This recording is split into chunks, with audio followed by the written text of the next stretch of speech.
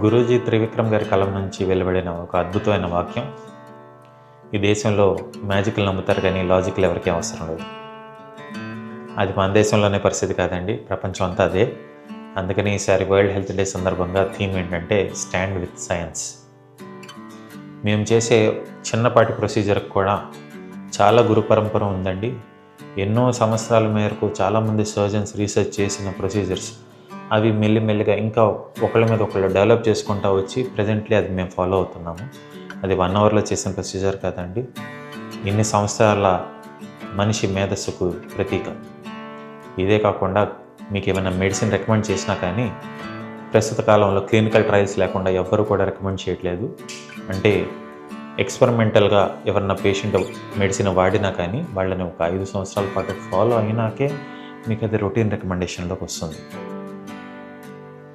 Road దాటడానికి 100% guarantee ఉండదు. అట్లాంటిది క్యాన్సర్ 100% నయం చేస్తారంటే ఎట్లా నమ్ముతున్నారు? ఒకడేమో నూనె తాకిస్తానంటాడు, ఒకడేమో నూనె రాస్తా అంటాడు.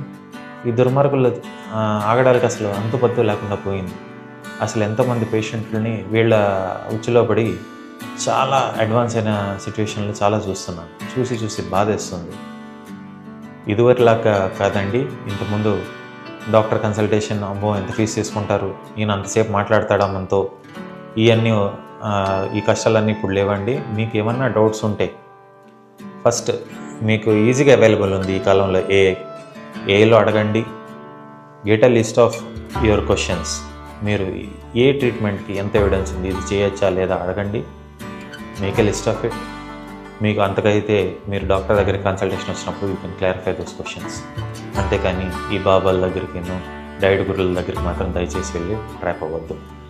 World health day, stand with science.